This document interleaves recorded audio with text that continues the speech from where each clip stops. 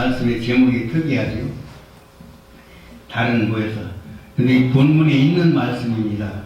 다른 보혜사를 너에게 보내겠다는 말씀이죠.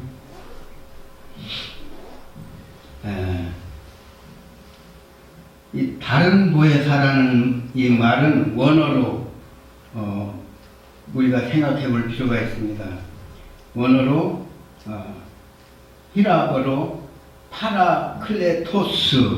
파라클레토스라는 말입니다. 이 말의 뜻은 성경 성경이 다 다르잖아요. 그 성경 번역한 그 성경책대로 그 번역된 그 내용들이 다 다릅니다. 그래서 그것을 추려보면은 파라클레토스라는 이 뜻은 대연자, 대변자, 중보자, 위로자, 협조자, 돕는 자, 변호사, 그 외에 여러 가지 뜻이 있습니다. 그래서 이 보혜사라는 말은 보혜사가 오셔서 우리를 위하여 특별히 하시는 일이 있습니다.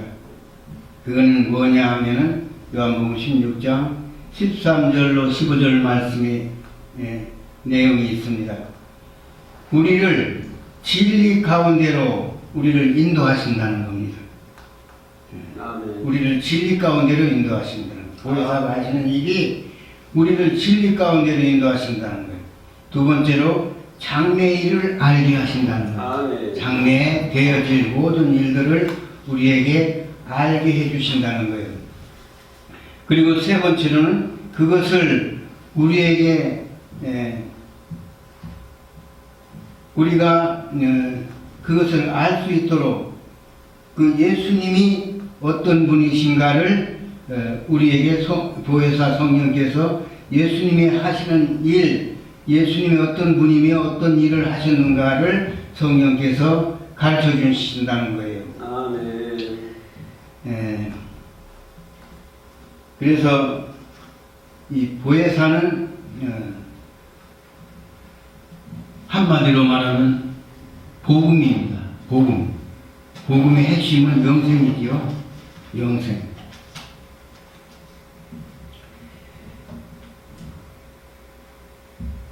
그런데 오늘 본문에 보면은 보혜사의 사역에 대해서 나오는데 요한복음 16장 8절로 11절 말씀 내용입니다. 거기에 보면은 죄에 대하여, 의에 대하여, 심판에 대하여 세상을 책망하신다고 말씀하고 있습니다. 그래서 죄에 대하라 하면 9절에 요한복음 16장 9절에 죄에 대하라 하면 저희가 나를 믿지 아니하며 불신에 대한 것을 성령께서 오셔서 믿지 않는 자들을 책망한다는 거예요. 로마서 14장 23절 하반절에 보면은 믿음으로 쫓아 하지 아니하는 것이 죄니라. 믿음으로 행하지 않는 모든 것은 죄라고 그랬어요. 그러면 그 죄는 결국은 심판을 받게 돼요. 책망을 받게 돼요. 그래서 믿음으로 하지 않은 것을 성령께서 우리에게 책망하신다는 거예요. 너 왜 그걸 믿음으로 하지 않고 네 마음대로 했느냐 하면서 우리를 책망하신다는 거예요. 그런데 그 다음에 난해 구절이 있습니다.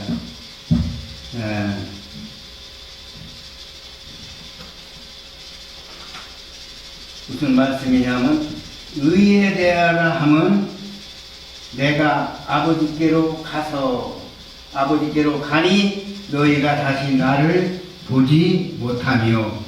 이 말이 아주 난해 구절입니다. 언뜻 보면은 알 것 같은데도 도저히 이해가 안 돼요. 그래서 이 말씀을 딱 꼬집어서 이렇게 이것이다 하고 말을 할 수가 없습니다. 예? 여기 계신 목사님들 이 말씀의 의미를 아시겠습니까? 의에 대하라 하면 내가 아버지께로 가니 너희가 다시 나를 보지 못하며. 이걸 간단하게 말했으면은 의에 대하라 하면은 예수 그리스도를 믿는 것을 의라고 했잖아요. 아브라함이 하나님을 믿으니 하나님께서 그를 의로 여기셨다. 믿음이 의잖아요. 하나님을 믿는 믿음에 대한 나를 믿으면 그것이 의다. 이렇게 말했으면 아주 쉬운데 그것이 아니고 엉뚱한 대로 이 말의 포인트가 엉뚱한 대로 나갑니다. 의에 대하라 하면 쉽게 의는 예수 그리스도를 믿는 것이 의잖아요. 근데 의에 대하라 하면 내가 아버지께로 가는 것이 의라는 거예요. 또 나를 다시 보지 못하는 것이 의라는 거예요. 이 말이 의미가 이해가 되십니까? 저는 이 말씀을 가지고 한참 헤맸어요. 이 말씀이 도대체 확실하게 딱 짚어서 이 말씀은 이것이다 이렇게 말을 할 수가 없는 거예요. 뜻을 풀이할 수가 없는 거예요. 이 말씀은 하나님 우리 예수님께서 가시면서 제자들에게 엄청난 이 말씀 속에 진리가 담겨 있다는 거예요. 그걸 풀어야 되는 거예요. 풀지 않으면 이거는 그냥 난해구조예요. 몰라요. 그냥 어리뭉텅 두리뭉성 그냥 지나가요. 많은 목사들이 이 말씀을 가지고 정확하게 설명을 못 하더라고요. 그래서 저는 한번 도전을 해봤어요. 이 말씀 한번 생각해봤어요. 그리고 온갖 사진을 다 찾아보고 성경을 찾아보고 유튜브도 찾아보고 다 찾아봤는데 결국 답이 슬그머니 비스그머니 나오는 거예요. 이걸 어디까지 가야 되냐면 창세기로 가야 돼요. 창세기 14장 20절에 보면은 한번 찾아보면서 얘기합시다. 창세기 14장 20절.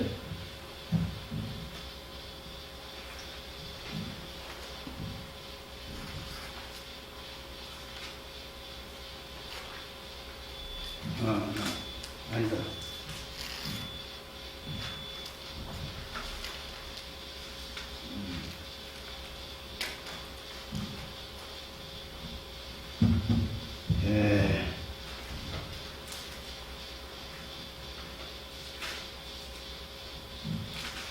창세기 14장 20절에는 멜기세덱에 대해서 나오죠.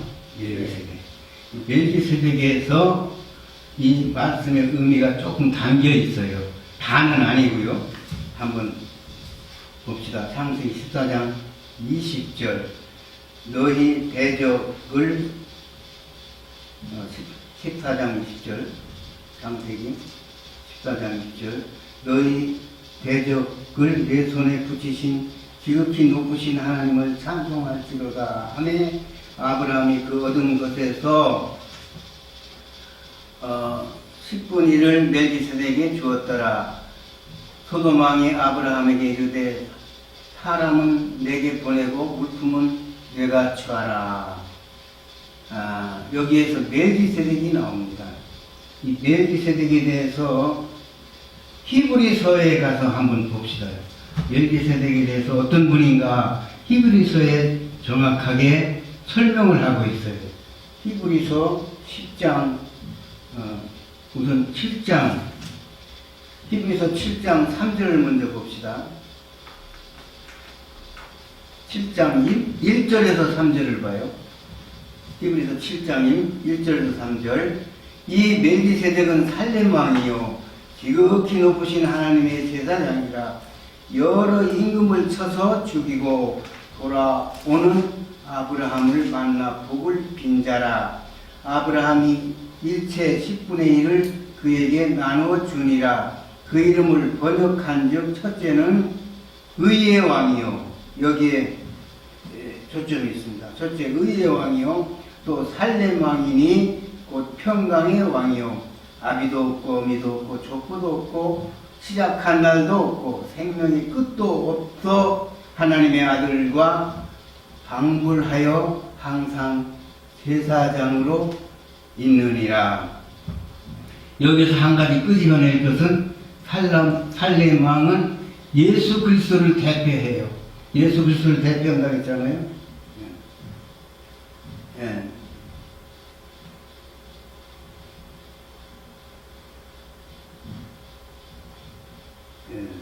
여기 3절에 보면 7장 3절에 보면 아비도 없고 어미도 없고 족보도 없고 시작한 날도 없고 생명의 끝도 없어 하나님 아들과 방불하여 그랬잖아요. 하나님 아들과 비슷하다. 꼭 하나님의 아들이라고 지적하지는 않았어요. 아들과 같다. 그렇게 설명하고 있습니다. 그리고 이 살렘 왕은 하나님의 아들 예수 그리스도와 같은 분인데 어떤 분이냐? 의의 왕이라는 거예요. 의의 왕. 의. 오늘 예수님이 그랬잖아요. 의에 대하라 하면 내가 아버지께로 가니 너희가 다시 나를 보지 못하며 그랬잖아요. 그러니까 예수님은 의의 왕입니다. 의를 이루시고 이제 하나님 앞으로 가시는 거예요.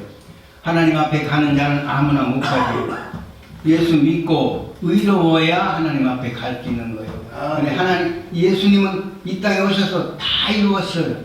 예수님은 이 땅에 성육신 되어서 사람으로 오셨어요. 그러니까 예수님이 어떤 분이냐? 우리예요. 우리와 같은 분이에요. 우리라고요. 예수님이 바로 우리라고요. 이 우리 대신 예수님이 이제 모든 걸 다 이루어 놓으셨어요. 우리가 할 일을 예수님이 다 이루어 놓으셨어요. 그 속죄 제물이 되셔서 하나님 앞에 어린 양으로서 온전히 한 번에 단 한 번의 제사로 하나님 앞에 드려주신 그런 분이십니다. 그래서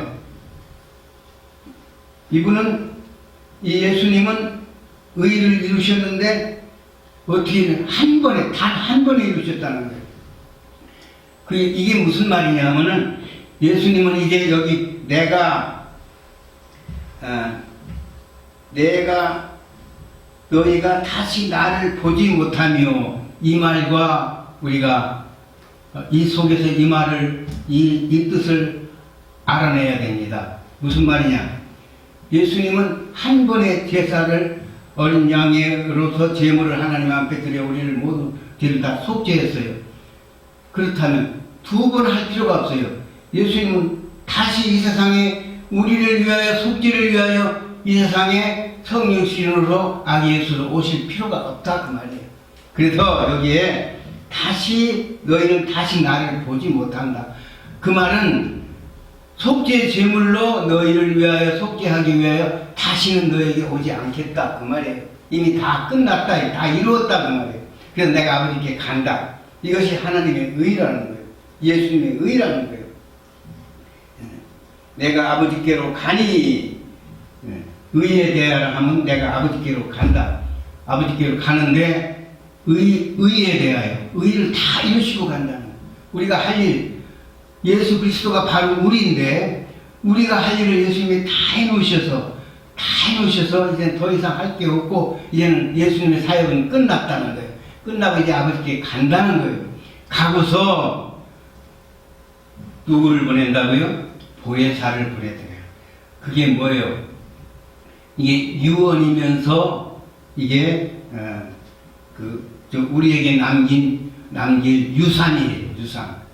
이것을 너에게 보혜사를 보내겠다. 내가 이제 다시는 안 오겠다. 이 속죄의 일을 위하여 어린 양으로서 예수님이 십자가에서 피어져 죽는 그런 속죄의 사역을 위해서는 내가 이 땅에 다시 올 필요가 없다.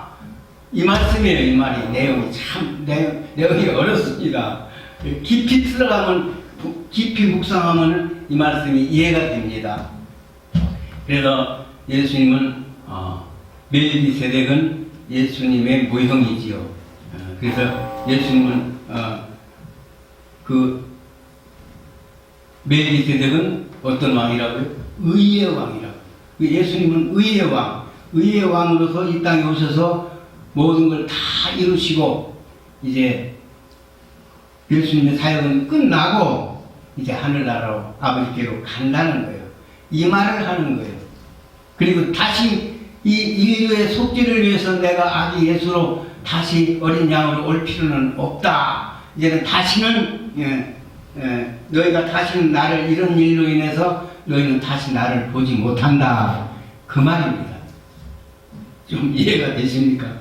좀 어려워요. 이 말이 아주 난해지더라고요. 그러니까 이 말씀 속에 아주 깊은 복음의 비밀이 담겨 있는 거예요. 이것을 우리가 묵상하고 기도하는 가운데서 우리가 이해하고 우리가 깊이 묵상하고 알려고 하면은 성령께서 여러 가지를 통해서 우리에게 알게 해주십니다. 그래서 성령은 우리를 어디로 인도한다고요? 진리 가운데로 인도하요. 진리가 뭐예요? 말씀이잖아요. 그 말씀 가운데서 이 모든 문제를 우리가 찾아야 되는 거예요. 성령이 인도하시는 대로 말씀을 부지런히 찾아서 이런 난해 구절을 성령이 인도하시는 대로 진리 가운데서 우리가 찾아봐야 되는 거예요. 그러면 답이 나와요.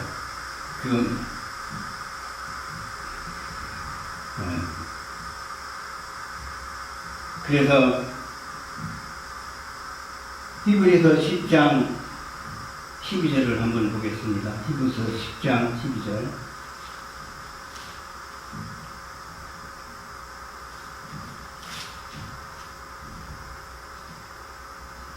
히브리서 10장 12절. 오직 그리스도는 죄를 위하여 영원한 제사를 드리시고 하나님 우편에 앉으사. 이 말이 뭡니까? 이제는 예수님이 성육신대 이 땅에 오셔서 어린 양으로서 하나님 앞에 단 한 번 제사를 드리고 이제는 더 이상 할 일이 없으니까 하나님께로 가서 하나님 우편에 앉아 계신다는 거예요. 그 다음에 그 후에 자기 원수들로 자기 발등상이 되게 하실 때까지 기다리시나니. 이게 무슨 말입니까? 이제 다시 오실 준비를 하신다는 거예요. 이 땅에 우리를 데리러 오신다는 거예요. 그거를 다 준비해 놓고 계신다는 거예요. 14절에 저가 한 제물로 거룩하게 된 자들을 영원히 온전케 하셨느니라. 또한 성령이 우리에게 증거하시되 주께서 가라사대 그날부로는 저희와 세울 언약이 이것이라 하시고 내 법을 저희 마음에 두고 저희 생각에 기록하리라 하신 후에 저희 죄와 저희 불법을 내가 다시 기억지 아니하리라. 이제 다시 이런 일로 인해서 사역은 안 하겠다는 거예요. 이제 끝났다는 거예요. 속죄 사역은 끝났다는 거예요. 다시. 그리고 이것을 사하셨어서 다시 죄를 위하여 제사 드릴 것이 없는 거예요. 예수님이 이 땅에 오셔서 성육신하셔서 어린 양으로서 우리의 죄를 십자가에서 다 못 박아서 다 사해 주셨으니까 이제 죄를 위하여 두 번 다시 예수님을 오라 해가지고 다시 못 박는 일은 없다 이 말이에요. 그렇게 제사 드릴 것이 이제 없다 그 말이에요. 그래서 오늘 이 난해 구절은 여기까지 말씀을 드리고요. 그 다음에 셋째 번에 심판에 대하여 함은 이 세상 임금이 심판을 받았습니다. 이 세상 임금이 언제 심판을 받았어요? 창세기에 가면은 창세기 3장 15절에 가면 여자의 후손은 내 머리를 상하게 할 것이요 너는 그의 발꿈치를 상하게 할 것이라.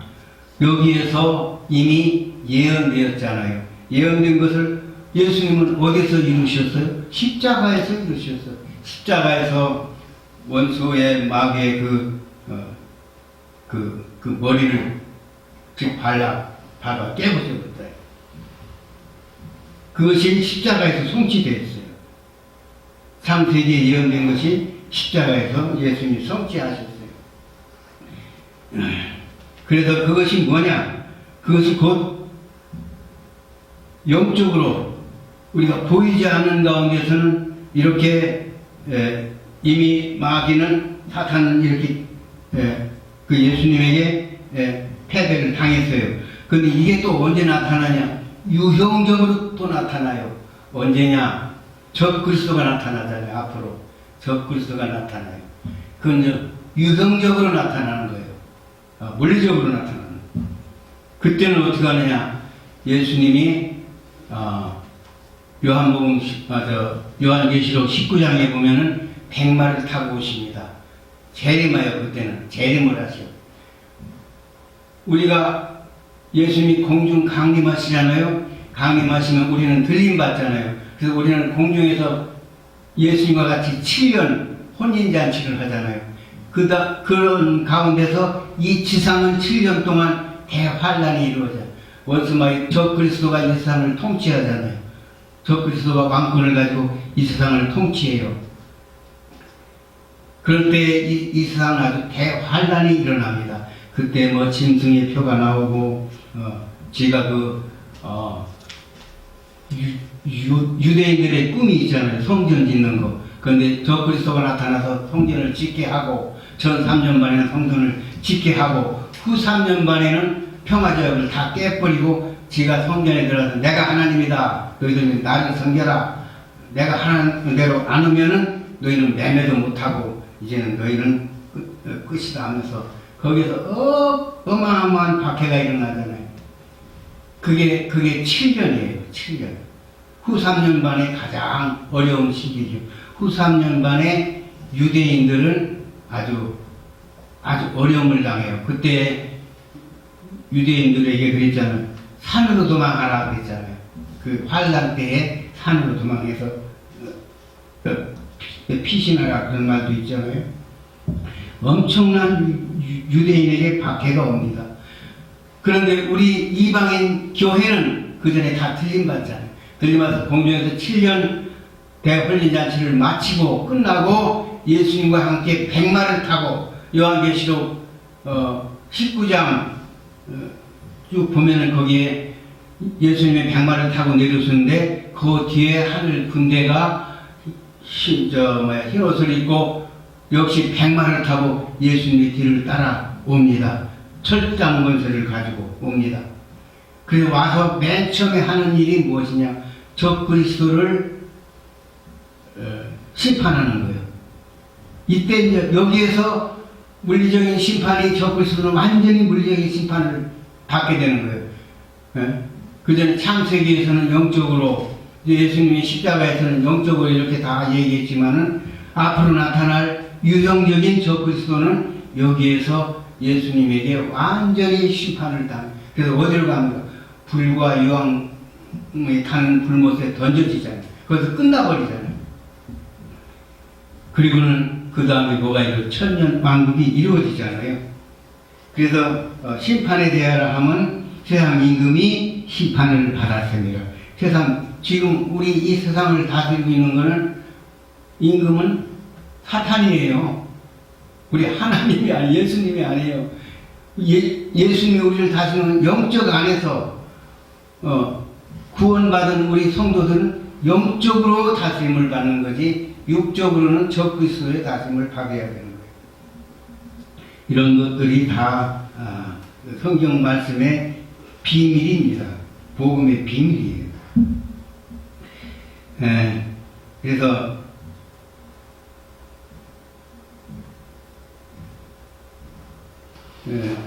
여기 보혜사는 영이시지요. 보혜사는 영이십니다.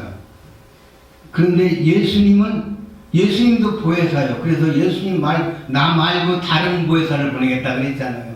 예수님도 보혜사요. 근데 예수님은 어떤 보혜사냐? 성육신이신 영과 육이 함께 갖추신 그런 보혜사요. 그분이 그대로 하늘나라에 올라가셨어요. 지금 예수님은 하늘나라에서 영으로 계시는 게 아니에요. 영과 육이 결합되신 분이에요.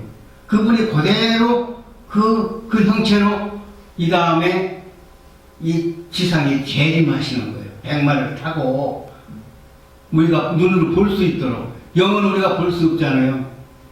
이런 점이 우리가 좀 깊이 생각할 점입니다. 그런데 영은 보이지 않아요. 보혜사요. 그런데 왜 하나님이 예수님이 우리에게 보혜사를 보내느냐 하는 것은 우리 성령은 어디에서 역사하십니까? 우리의 마음속에. 우리는 성전이라고 했잖아요. 고린도전서 3장 16절에 보면 너희는 하나님의 성전이요 하나님의 성령이 너희 안에 거하시는 것을 알지 못하느냐 그랬잖아요. 우리가 성전이에요. 우리 육신이 성전이고 우리 마음 속에 성령이 계셔요. 성령이 임하셔서 우리를 통치하시는 거예요. 예수님은 이미 가셨어요. 가시고 이 땅에서 우리를 영적으로 통치하시는 분은 성령이셔요. 성령이시여. 성령은 내주 역사하신다. 우리가 축도할 때 내주 역사하신다고. 우리 마음에 내적으로 역사하신다. 우리 마음 속에서 보이지 않게 내적으로 역사하시는 분이 성령입니다. 그래서 성령은 영이십니다. 보혜사는 영이요. 그런데 우리가 하나님의 존재를 여기서 알아볼 필요가 있습니다. 하나님은 어떤 분이시라고요? 하나님은 영이시라고 했습니다. 요한복음 14장 17절에 보면은 저는 진리의 영이라. 또 요한복음 4장 24절에 상반절에 보면 하나님은 영이시니 예배하는 자가 신령과 진정으로. 하나님은 영이시고 영. 하나님은 영이시에요. 그런데 예수님은 영과 육을 구비하신 분이에요. 요거 분명히 하셔야 됩니다. 예수님은 이제 하늘나라에 가시는 예수님도 영이다 그렇게 생각하면 안 돼요. 예수님은 영과 육을 구비하신 온전하신 성육시 되시는 분이십니다. 그분이 그대로 이 땅에 지상에 재림을 하십니다. 우리가 영은 우리가 볼 수 없잖아요. 근데 예수님이 지상 재림할 때는 우리가 볼 수 있어요. 육안으로. 왜냐?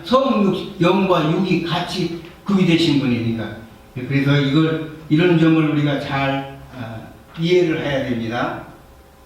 그래서 고린도 후서 3장 17절에 보면은 주는 영이시니 주의 영이 계신 곳에는 자유함이 있느니라. 그런데 하나님의 영은 살리는 영이고 자유함을 있게 하는 그런 영이십니다. 아멘. 그러니까 얼마나 좋으신 분이, 얼마나 좋은 영이십니까? 사탄은 우리를 죽이는 영이에요. 그런데 하나님은 우리를 살리는 영이십니다.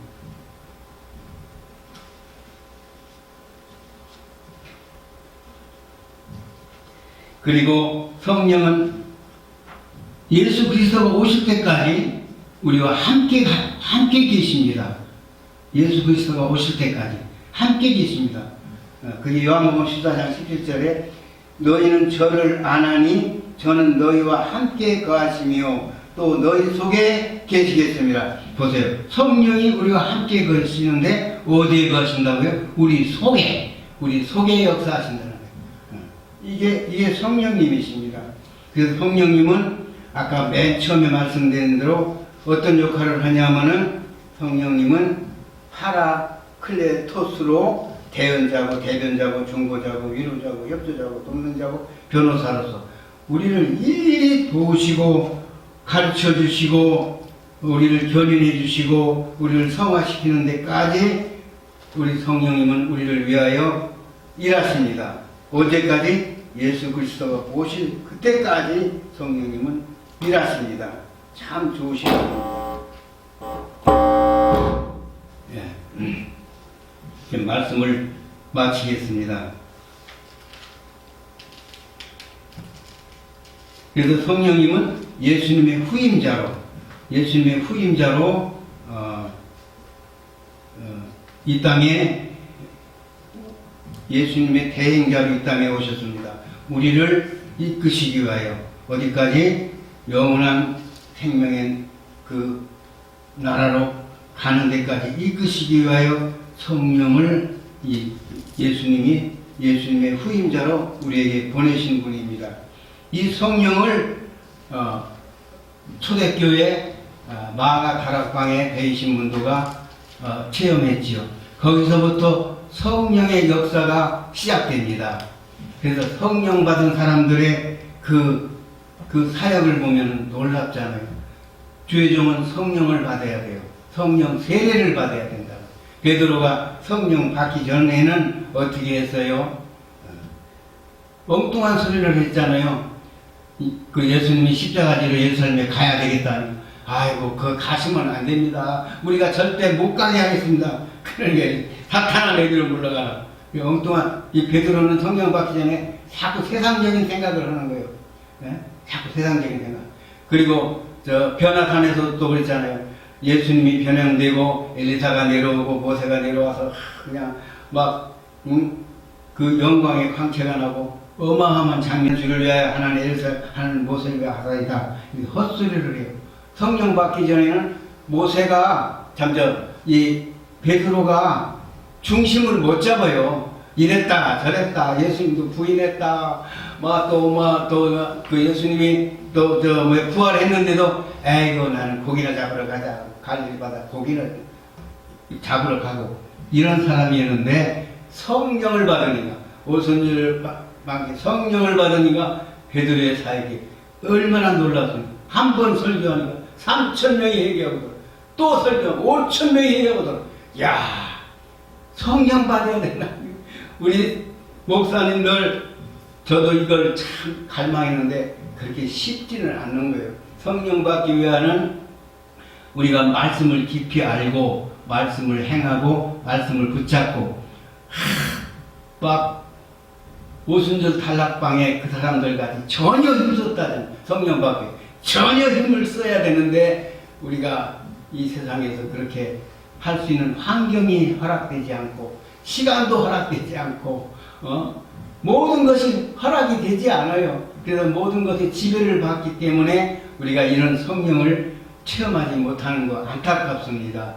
그러나 우리는 전혀 이 성령을 꼭 받아야 됩니다. 언젠가는 받아야 됩니다. 그래서 성령 받고 하나님의 사역을 하면은 놀라운 사역이 펼쳐집니다. 이 해오는 선교방송도 성령 받고 우리 단장님 성령 충만히 하고 모든 직원들이 성령 충만해서 오는 분들에게 성령을 선포하고 성령 충만 받게 하고 그래봐요. 여기가 소문이 나가지고 몇 터질 거예요. 그래서 예수님은 이런 대행자 성령을 우리에게 보내주셨습니다. 보혜사, 이분이 바로 보혜사입니다. 이 보혜사를 우리가 받기 위하여 우리의 스승으로 모시기 위하여는 우리가 깨어 기도하고 말씀으로 돌아가서 늘 묵상하며 말씀을 지켜 행하여서 말씀 붙들고 기도하여서 성령 충만하여서 성경이 그랬잖아요. 오직 성령의 충만을 받아라. 그리고 구하는 자에게 성령을 주시지 않겠느냐 그런 말씀이죠. 구해야 된다는 거예요. 구하지 않으면 안 돼요. 절대로 오순절 다락방에 그 120문도가 전혀 성령 받기를 위해 기도했잖아요. 전혀 힘썼잖아요. 그러니까 성령이 오셨잖아요. 약속을 붙들어야 돼요. 이 성령을 주시겠다는 약속이 있잖아요. 말씀이 여기 있잖아요. 구하는 자에게 성령을 주시겠다. 성령 충만을 받아라. 그랬으니까 우리가 이 성령을 받기 위해서는 우리가 약속을 붙들고 성령 충만을 받기 위해 우리가 깨어 기도하고 간절히 사모하면은 성령이 우리에게 임하셔서 성령이 임하셔야 너희가 성령이 임하시면 예루살렘과 사마리아와 땅끝까지 이르러 내 증인이 되리라. 우리가 증인이 되려면 성령 충만 받지 않고는 아니 됩니다. 성령 충만 받지 않고는 귀신도 못 쫓아내요. 성령 충만은 기도를 해야 된다. 기도. 예수님은 늘 기도했어요. 한적한 곳에 가서 틈만 있으면 산에 가서 기도하고 철야하고 그러셨어요. 그래서 예수님은 성령이 충만한 거예요. 신이신 하나님이 뭐 기도할 필요가 있어요? 그런데 예수님은 기도하셨어요. 본을 보이셨어요. 그리고 예수님이 제자들이 귀신을 못 쫓아내니까 이제 제자들이 와서 물었잖아요. 우리는 어떻게 해서 그 귀신을 못 쫓아냅니까? 그러니까 예수님, 기도 외에는 이런 이유가 나갈 수 없다. 기도를 해야 능력받고 성령받고 능력받아서 하나님의 사역을 할 줄 믿습니다. 그래서 깨어 기도하라. 말세에 깨어 기도하라 그랬잖아요. 기도 외에는 이런 우리가 성령의 능력을 행사할 수가 없습니다. 오늘 말씀을 여기까지 하겠습니다.